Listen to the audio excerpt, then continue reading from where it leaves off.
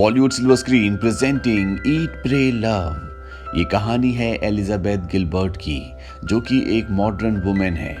उसकी ज़िंदगी में उसका सपना है कि उसके पास एक अच्छा पति हो, अच्छा घर हो, अच्छा करियर हो, जैसा कि हर एक लड़की का होता है। लेकिन अचानक से वो अपनी ज़िंदगी के सफ़र में अपने आप को खोया हुआ पाती है। इसीलिए उसके अपने आप से बहुत सारे सवाल हैं।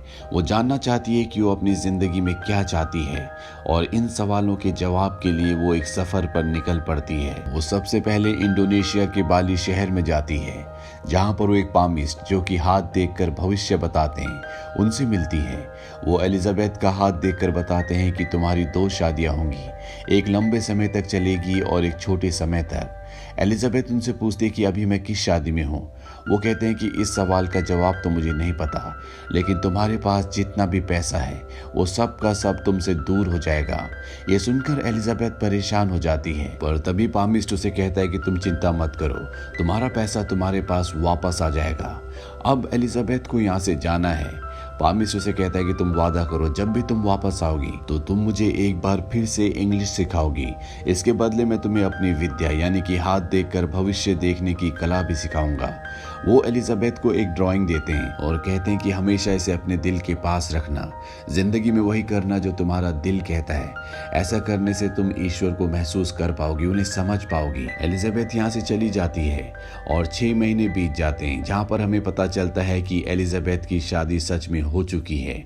उसके पति का नाम स्टीवन है। वो स्टीवन के साथ अपने दोस्त की एक पार्टी में जाती है, जहाँ पर वो अपनी दोस्त से पूछती है कि तुमने कब डिसाइड किया कि तुम्हें मॉम बनना चाहिए। वो कहती कि सब मैंने अपने हस्बैंड पे छोड़ा था। जब उन्होंने कहा हमने फैमिली प्लानिंग कर ली, पर एलिजाबेथ इसके बिल्कुल विपरीत थी। उसने अपनी जिंदगी के हर एक फैसले को खुद किया था। पार्टी के बाद वो अपने हस्बैंड स्टीवन के साथ गाड़ी से घर वापस जा रही होती है। उसके दिमाग में आज भी वो पामिस्ट होते हैं, जिन्होंने कहा था कि तुम्हारी 2 शादियां होंगी, जिसमें से एक लंबे वक्त तक चलेगी और एक बहुत कम वक्त तक। एलिजाबेथ के मन में ये सवाल होता है कि स्टीवन उनमें से कौन है। क्या स्टीवन की शादी उसके साथ लंबे वक्त तक चलेगी या कम वक्त तक। साथ ही वो ये भी सोच रही होती है कि उसने जिंदगी इंडिपेंडेंट तरीके से जी है। उसने वही किया जो उसे करना था, उसे किसी ने कभी नहीं रोका, लेकिन फिर भी वो खुश नहीं है। उसे हमेशा ऐसा लगता है जैसे उसकी जिंदगी में कुछ इनकम्प्लीट है। एलिजाबेथ एक ऑथर होती है, इसीलिए उसके दिमाग में जो भी थॉट्स आते हैं वो उन्हें एक डायरी में लिख लेती है। एलिजाबेथ का ये भी मन होता है कि वो एक लंबी जर्नी पर जाए, जहाँ पर वो अपने जर्नल्स बनाए, यानी कि अपनी जर्नी के एक्सपीरियंस को एक डायरी में नोट करें। इसके बाद एलिजाबेथ ईश्वर से प्रार्थना करती है। प्रार्थना करते करते उसकी आंखों में आंसू आ जाते हैं। वो गॉड से कहती है कि आपने मुझे सब कुछ दिया, जिसके लिए मैं आपकी बहुत ग्रेटफुल हूँ, लेकिन अंदर से मैं बहुत दुविधा में, बहुत परेशानी में हूँ और मैं इन चीज़ों से निकलना चाहती हूँ। मुझे आपकी मदद की ज़रूरत है। इसके बाद एलिजाबेथ अपने बेड पर सो जाती है और अगली सुबह वो अपनी दोस्त के साथ एक प्ले देखने जाती है। दरअसल इस प्ले की कहानी, इसकी जो स्क्रिप्ट होती है वो खुद एलिजाबेथ ने लिखी है। प्ले खत्म होने के बाद वो इस प्ले के एक्टर, जिसका नाम डेविड होता है, उससे मिलने के लिए जाती है और उसे कहती है कि तुमने अपनी तरफ से इस प्ले में, इस कहानी में कुछ लाइंस ऐड की जो मुझे बहुत अच्छी लगी, क्योंकि वो मेरी कहानी को जस्टिफाई करती थी। दरअसल एलिजाबेथ डेविड की तरफ अट्रैक्ट हो रही होती है। यहाँ पर वो एक फोटो को ध्यान से देख रही होती है, तभी डेविड उसे कहता है कि ये एक इंडियन गुरु है। मैं अपनी जिंदगी में बहुत परेशान था, मैं ईश्वर को ढूंढ रहा था। फिर मेरे एक दोस्त ने मुझे इन इंडियन गुरु के बारे में बताया, मैं इनसे जाकर मिला और इसके बाद मेरी जिंदगी बदल गई। अब मेरी जिंदगी में बहुत शांति है। इस मुलाकात के बाद डेविड और एलिजाबेथ कई बार मिलते हैं और ये दोनों एक रिलेशनशिप में आ जाते हैं। पर एलिजाबेथ शादीशुदा है, पर वो डेविड के साथ, यानी कि अपने हस्बैंड के साथ, अपने रिश्ते को अब और ज्यादा कंटिन्यू नहीं करना चाहती। इसीलिए वो डेविड के पास जाती है और उसे कहती कि मैं तुमसे डाइवोर्स लेना चाहती हूँ। ये सुनने के बाद डेविड को बहुत गुस्सा आता है और डेविड और एलिजाबेथ के बीच में बहुत आर्ग्यूमेंट्स होते हैं। ये दोनों एक दूसरे पर इल्जाम लगाते हैं, पर एलिजाबेथ ने फैसला कर लिया होता है कि वो इस रिश्ते को खत्म करके अपनी जिंदगी में आगे बढ़ेगी। इसीलिए उसे इन बातों का ज्यादा फर्क नहीं पड़ रहा होता। इसके बाद दिखाया जाता है कि एलिजाबेथ डेविड के साथ अपने दोस्त के घर डिनर पर जाती है और जब भी वहां से निकल रहे होते हैं तो एलिजाबेथ की दोस्त का हस्बैंड कहता है कि डेविड की शक्ल तुम्हारे पहले हस्बैंड यानी कि स्टीवन से मिलती है। ये बात डेविड को बिल्कुल भी अच्छी नहीं लगती और इन दोनों के बीच में आर्गुमेंट्स होना शुरू हो जाते हैं। इनकी जिंदगी में जहां पहले सिर्फ प्यार था, अब वहां पर एक दूसरे के लिए कंप्लेंट्स हैं, झगड़े हैं, आर्गुमेंट्स हैं। इनका रिश्ता पहले से बहुत ज्यादा अब टॉक्सिक हो चुका है। इसके बाद दिखाया जाता है कि एलिजाबेथ उसी ड्राइंग को देख रही होती है जो उसे पामिस ने दी थी। वो अपनी दोस्त से कहती है कि मुझे ऐसा लगता है कि मेरी जिंदगी का स्पार्क खत्म हो गया है, मैं अब अपने लिए जीना चाहती हूँ, इसीलिए मैंने फैसला किया है कि सबसे पहले मैं इटली जाऊंगी, इसके बाद मैं डेविड के गुरु के पास जाऊंगी जो इंडिया रहते हैं और आखिरी में इंडोनेशिया। अब जब वो अपने सफ़र की तैयारी कर रही होती है तभी उसे कॉल आता है और उसे बताया जाता है कि उसके हस्बैंड ने यानी कि स्टीवन ने डाइवोर्स पेपर पर साइन कर दिए हैं, यानी कि अब वो पूरी तरह से आज़ाद है।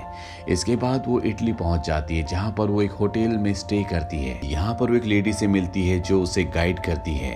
दरअसल एलिजाबेथ को इटालियन भाषा नहीं आती, इसीलिए उसके पास एक बुक होती है जिसकी मदद से वो उस लेडी से बात करती है।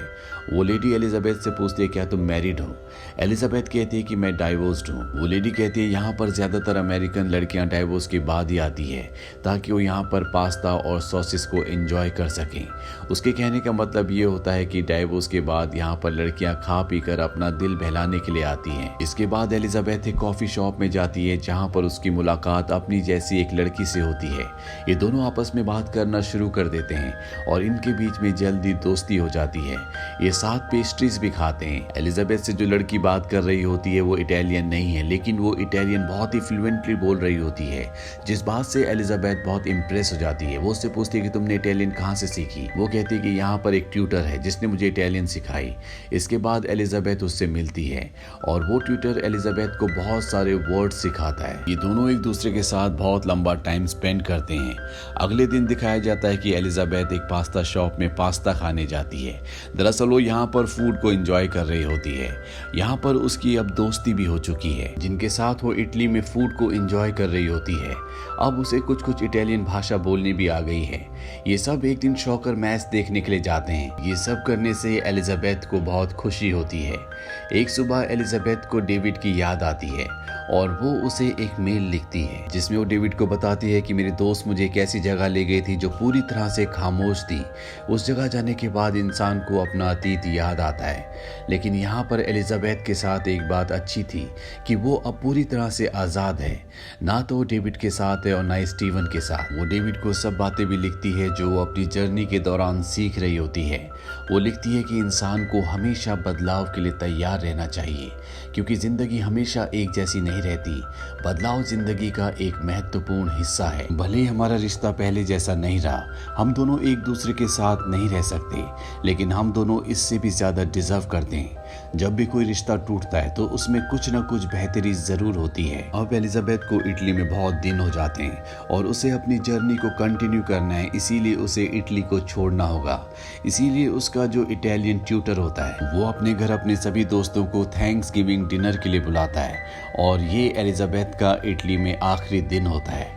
इसके बाद वो इंडिया पहुंच जाती है जहां पर वो उन्हीं गुरु के पास जाती है जिसके बारे में डेविड ने उसे बताया था। यहाँ उनके आश्रम में बहुत सारे और भी लोग होते हैं जो सब के सब यहाँ मेडिटेशन करने के लिए आए होते हैं। एलिजाबेथ भी इनके साथ मेडिटेशन करती है और वो मेडिटेशन करते करते सो जाती है। तभी उसके पास रिचर्ड नाम का एक आदमी आता है और वो एलिजाबेथ से कहता है कि तुम पहली ऐसी लड़की हो जो मेडिटेशन करते करते सो गई। अगले दिन एलिजाबेथ यहाँ आश्रम की सफाई कर रही होती है। तभी उसके पास एक लड़की आती है और वो कहती है कि अभी उसकी उम्र बहुत छोटी है, फिर भी उसकी शादी करवाना चाहते हैं, लेकिन वो शादी नहीं करना चाहती बल्कि पढ़ना चाहती है। यहाँ पर अब रिचर्ड भी आ जाता है और वो एलिजाबेथ को अपनी एक्स वाइफ के बारे में बताता है। वो एलिजाबेथ से भी पूछता है कि तुम यहाँ इंडिया क्यों आई हो। एलिजा बोलती है कि मैं शांति की तलाश में यहाँ पर आई हूँ। अगले दिन एक बार फिर से एलिजाबेथ मेडिटेशन के लिए जाती है। वो ध्यान लगाने की बहुत कोशिश करती है, लेकिन वो चाहकर भी ध्यान नहीं लगा पा रही होती। उसका माइंड बार बार डिस्ट्रैक्ट हो रहा होता है। वो बाकी सभी लोगों को देखकर हैरान होती है कि किस तरह से सब ध्यान पर बैठे हैं, पर वो ध्यान पर नहीं बैठ पा रहे। कुछ देर बाद एलिजाबेथ को डेविड का कॉल आता है। ये दोनों इस तरह से बात करते हैं जैसे आखिरी बार बात कर रहे हों। कॉल खत्म होने के बाद एलिजाबेथ बहुत सैड हो जाती है। रिचर्ड उसके पास आता है और उससे उसकी उदासी का कारण पूछता है। एलिजाबेथ बताती है कि वो डेविड से प्यार करने लगी थी, आज भी वो उसे मिस करती है। रिचर्ड उसे कहता है कि जब तुम इन सब बातों को अपने दिमाग से निकाल दोगी तब तुम्हें एहसास होगा कि सबसे ज़्यादा प्यार तुम्हें गॉड करते हैं, इंसान कहीं भी मैटर नहीं करते। अगर तुम मेडिटेशन करोगी तो तुम्हें ये बात समझ में आएगी, तुम्हारी पूरी ज़िंदगी बदल जाएगी। अगर तुम अपने पास से नहीं निकल पा रही तो तुम्हें अपना ध्यान गॉड पर लगाना चाहिए। कुछ दिनों बाद यहाँ पर उस लड़की की जो कम उम्र में शादी नहीं करना चाहती थी, पढ़ना चाहती थी, उसकी शादी हो रही होती है और यहाँ पर एलिजाबेथ और रिचर्ड होते हैं। ये दोनों ही डाइवोर्स्ड हैं, इसीलिए इन्हें अपने पुराने दिन याद आते हैं, जिससे एक बार फिर से एलिजाबेथ उदास हो जाती है।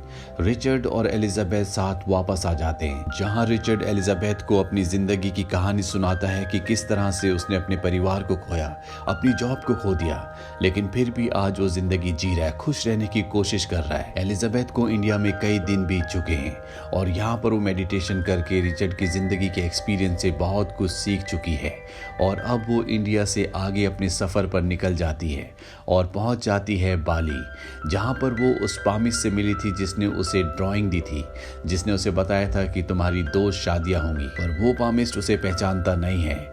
एलिजाबेथ के पास आज भी वो ड्राइंग होती है जो उसने उसे दी थी।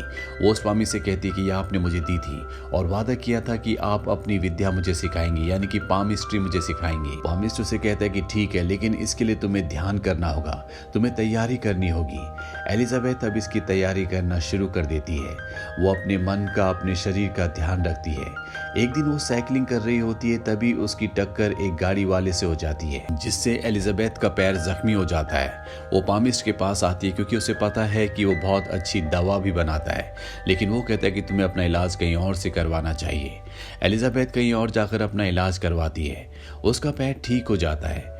एक दिन जब वो पार्टी में जाती है तो वहां पर उसे वही आदमी मिलता है जिसकी गाड़ी से उसकी टक्कर हुई थी। वो आदमी एलिजाबेथ से एक्सीडेंट के लिए माफी मांगता है। इस पार्टी में एलिजाबेथ बहुत ज्यादा ड्रिंक कर लेती है क्योंकि अभी भी उसे मन की वो शांति नहीं मिली होती जिसके लिए वो अपने घर से इतनी दूर आई है। यहाँ पर बहुत ज्यादा ड्रिंक करने की वजह से वही आदमी जिसकी गाड़ी से उसका एक्सीडेंट हुआ था वो उसे घर छोड़ने के लिए जाता है। अगली सुबह दोनों के दोनों मार्केट जाते हैं, जहाँ पर वो आदमी बताता है कि वो इम्पोर्ट एक्सपोर्ट का काम करता है, इसीलिए वो यहाँ पर आया था। एलिजाबेथ उसे भी उसी पामिस्ट के पास ले जाती है जिस पामिस्ट ने उसे बताया था कि एलिजाबेथ की 2 शादियां होंगी।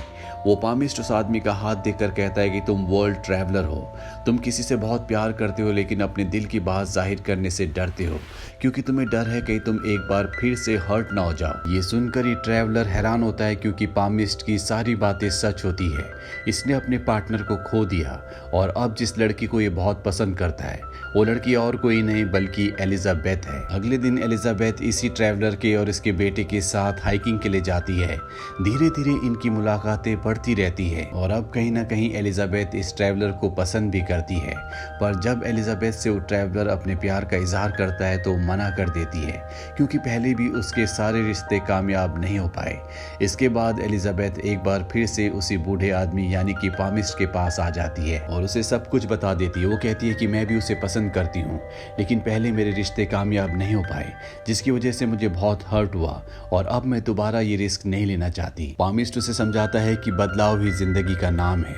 माना कि पहले तुम्हारे साथ अच्छा नहीं हुआ, तुम्हारे रिश्ते कामयाब नहीं हुए, लेकिन इसका मतलब ये नहीं है कि जो पहले नहीं हुआ वो अब भी नहीं होगा। पामिस्ट के समझाने के बाद एलिजाबेथ उस ट्रैवलर के पास चली जाती है क्योंकि अब उसे भी विश्वास है कि उसका ये रिश्ता अच्छा चलेगा क्योंकि अब वो पहले वाली एलिजाबेथ नहीं है।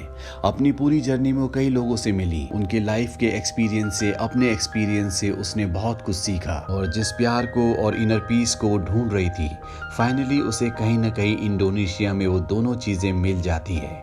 ये कहानी हमें सिखाती है कि इंसान को कभी भी हताश नहीं होना चाहिए।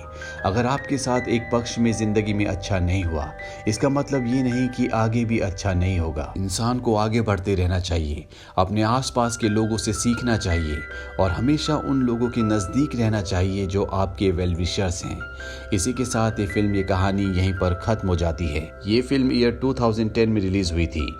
IMDb पर इसकी रेटिंग है 5.8। इस फिल्म का बजट था $60 मिलियन और बॉक्स ऑफिस पर इसने कमाई की थी $204 मिलियन की। उम्मीद करते हैं कि ये कहानी आपको पसंद आई होगी।